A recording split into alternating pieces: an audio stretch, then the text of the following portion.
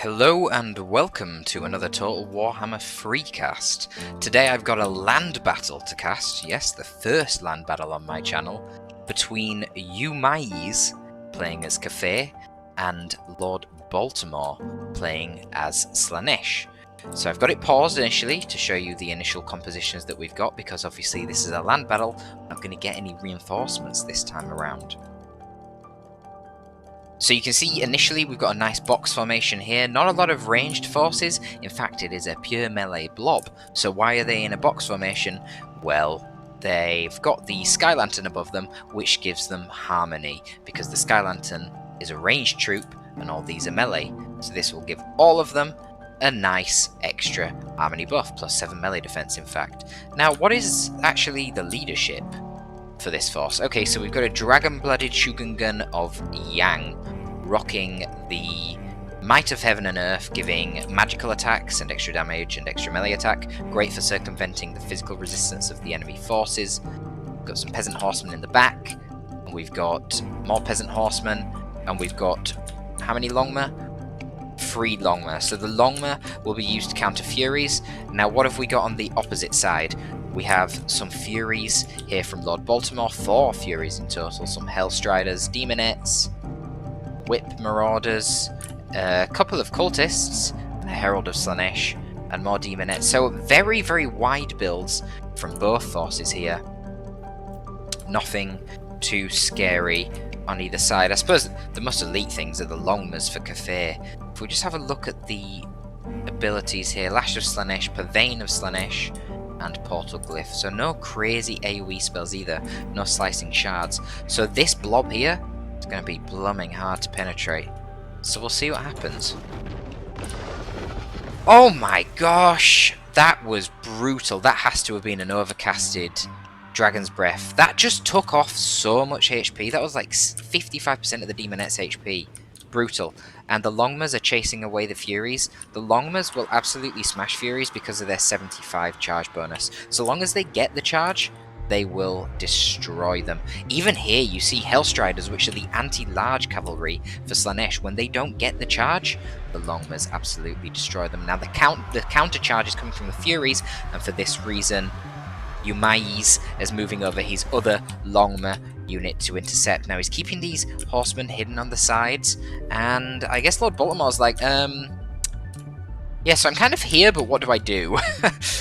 Actually idling one of these Furies at the back, and this is just a beautiful, really cost-effective engagement on the side there. Where are those dilapidated Demonettes there? There. Yeah, so I think so far this is going heavily in the favour of Umais. However, he doesn't really have any ranged units. I think a couple of peasant archers surely would be decent in the back lines here. Yes, of course, these Furies could end up getting onto them, but you just kill them with the Longmas, right? Anyway, the summons are coming down from the cultists, which is going to try and, I guess, split up the formations before the main troops attack. Perhaps a bit of an overextension from the Great Longmas. We'll see. The Demonettes here that were hit by the Dragon's Breath are going to get pincer attacked by the Peasant Horsemen and swiftly dealt with. Now this is a summoned Chaos Fury used to intercept the Great Longmas and distract them, stop them from getting into the main combat, and the Peasant Horsemen on the sides reveal themselves, but they're going to be intercepted with Hellstriders, which is going to be a very cost-effective engagement for Lord Baltimore. They're going to wipe the floor with the Peasant Horsemen. We'll keep an eye on that in the side. Now, the Furies are trying to take down this lantern. Unfortunately, the Longmas are not here to protect it, and this is a big mistake. There was no reason for Umais to commit triple Longmas and his Shugengan to taking out the Chaos Furies, even if they weren't summons, but they were summons, so now he's going to lose his Sky Lantern, and the consequence of that is simple. It just means that he's no longer going to have the harmony buff for all of these troops. So you can see the harmony is disappearing. That is -9 leadership and -9 melee defense gone from each of these troops. Now I think it would be quite useful for Umais to try and send some of these troops around the side and to flank Slaanesh. They're just pushing through with sheer weight of numbers. The Whip Marauders actually have pretty decent stats, as do the normal Marauders of Slaanesh, because they have that anti-infantry bonus. Let's just check what happened on the far side. As you can see, the Peasant Horsemen were routed relatively swiftly, but the Great Longma Riders came over to try and intercept. Finally, those Demonettes on the side go down. I've not seen any more Dragon Breaths. Where is that Shugengan of Yang? Oh, the Shugengan's there. Oh, is this another Dragon Breath? No, that's a Whip. Now the Whip of Slaanesh, I often bang on about this ability. It's honestly rather garbage in terms of its damage and, you know, as a spell in and of itself, but the utility of the spell is purely the fact that it gives you the passive for the Law of Slaanesh every time you use it, so that's plus 12 melee attack to all of these troops, and when you have things like Marauder Spearmen, which don't really have a lot of melee attack to start with, that buff can be quite impactful. So trying to get some rear charges with the Longmas, I mean, I don't know why there's not been more Dragon Breaths, to be honest. I really would have thought to have seen some down here, like on these Demonettes. Oh, here we go, another Dragon's Breath. On the Marauders, though, which isn't really that valuable. Though, I don't know, with the anti-infantry bonus on the Marauders, I don't know if they'd be a bigger target, or the Demonettes. I feel like the Demonettes here would have been a better target, purely because you would also have got the Marauders with spears. So this Demonette unit's going down. I'm not sure if that was a summon or not. Now, where are the Cultists? The Cultists of Slaanesh are quite interesting because they actually do, if I can get the banner up, you can see there they've got anti-infantry themselves, as well as the physical resistance. I wonder if they're demons, because they get the physical resistance, but they don't look like demons, they just look like Dark Elves. Maybe that's just like, Dark Elves do sometimes get dodged and stuff, like on Sisters of Slaughter, so maybe that's why they have it. So they could just be sat in here for a long time and chop away at these Cathayan troops. However, if we look at the battlefield in general... Ooh, nice Locus of Grace coming down here from the Herald of Slaanesh. What's she on? Oh, she's on a chariot, but yeah, she's not really utilising the chariot very well. Kind of just stuck in combat where you really need to be cycle charging in and out. Another whip comes down. That was a high value whip. That did a lot of damage. And if we look here, we see the boost immediately to the stats of all these Marauders. And there we go, the Dragon's Breath coming down to those Demonettes. Really painful. I mean, this is just a melee slog. As it only could be, right? Because we didn't see anything other than melee troops, really, from either side. It was only melee. But it really looks like the... Yeah, it looks like Slaanesh is just going to pull through in this instance.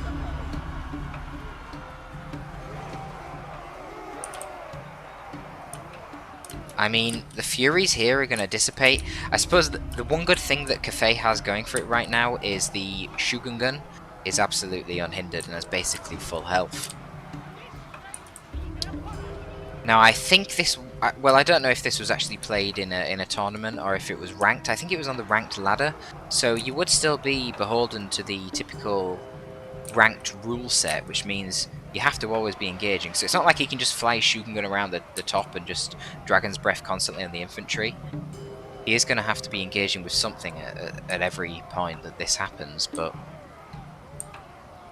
With the quantity of cavalry that he has and the fact that all of his Longmas are still around, I think all of them are. Okay, this one is pretty much gone.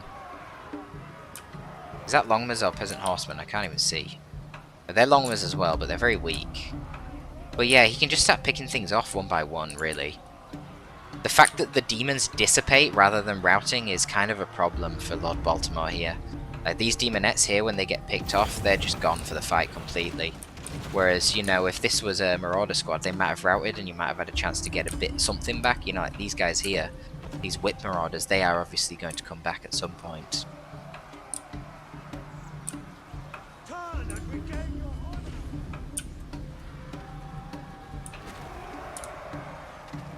And this is one of the reasons why I'm sure CA wanted to create domination, and it's one of the reasons why people argue for domination, because people don't enjoy, not, you know, there are benefits on both sides, but a lot of people don't enjoy this kind of playstyle where there's a lot of kiting, and there's no sort of inherent feature that forces you to actually engage. This is all just community rule sets that we've designed to enable us to participate in these land battles. Domination cuts that out completely. But at the same time, there's a reason we're seeing triple great Longmas, there's a reason we're seeing Peasant Horsemen. In fact, there's just a reason we're seeing Cathay in general. Without land battles, Cathay are just really quite garbage, as are cavalry, to be honest. They lose a damn lot of their utility in the domination. Because they don't have the opportunity to cycle charge when you need to be sitting on an enemy point in order to attempt to capture it, and infantry have far higher capping weight. Well, the utility of your cavalry is honestly pretty lackluster. Beautiful Dragon's Breath there on those Marauders with spears. I mean, you can see now all the demons are starting to dissipate, and really all that's left for Lord Baltimore right now is its leadership core. And the constant cycle charging is really taking a toll on his units. I mean, I feel like Lord Baltimore has been overextending quite a lot with his units, leaving them isolated, whereas really he just needs to blob up as much as possible and push in a big giant blob. You will suffer a leadership penalty if you have no grounded forces, so as long as he moves in a big blob, chasing off one spearman at a time, eventually they'll all be gone, and you only have to rout a unit, I think it's the third time, they will always shatter, even if, you know, that there's nothing chasing them. So yeah, that's all he needed to do, and then the Longmas would be forced to land, and then he could beat them up in melee, but he hasn't been doing that. And a bit of a mistake from Yumai's there. He mustn't have realised that that was a summoned Fury, because I don't really know why he engaged with that. He should have just fled from it. Because Longmas are actually faster than Furies, which is really quite amazing. Longmas are a really good unit. Can't wait for Bretonnia and Pegasus Knights, they're going to be amazing.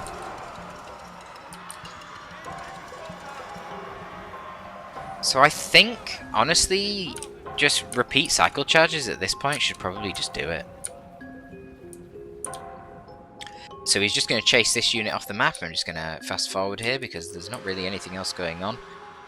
We got some isolated units of Cathay here, so you can see that Lord Baltimore's moving over to try and intercept and deal with them, but it's going to mostly be in vain.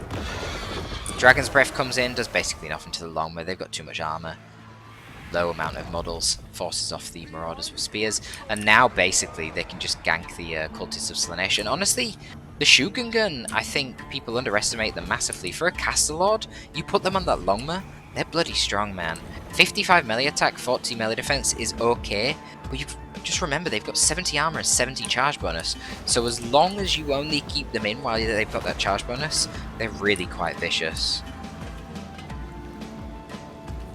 Looks like that was some sort of... Looks like a miscast. I don't know. Maybe it was the Sweet Sorrow visual effect. Not the best Whip of Slaanesh here. Looks like there's some buggy animations here from some of the Longmas. I'm not sure. Yep, and that's going to be the Herald of Slaanesh going down. And now with constant cycles charging from the Shugengan of Yang, this should be a wrap. And the cultists should lose eventually. You'd think, then again, the Shugengan of Yang is kind of caught up in melee right now. It's not exactly ideal for him, no. He manages to slip out, and then some more Jade Warriors are coming in to reinforce. Some valiant Peasant Horsemen even charging in against these crazy Dark Elf ladies. Oh, one of them's on a horse. I didn't even realise that. Interesting. Does that give her much different stats? Yeah, 30 extra armor. Interesting that she actually loses no melee defense when she goes on a horse. That's very rare. Usually you put a Footlord on a horse, they'll lose melee defense. But not this lady. Well, there you go.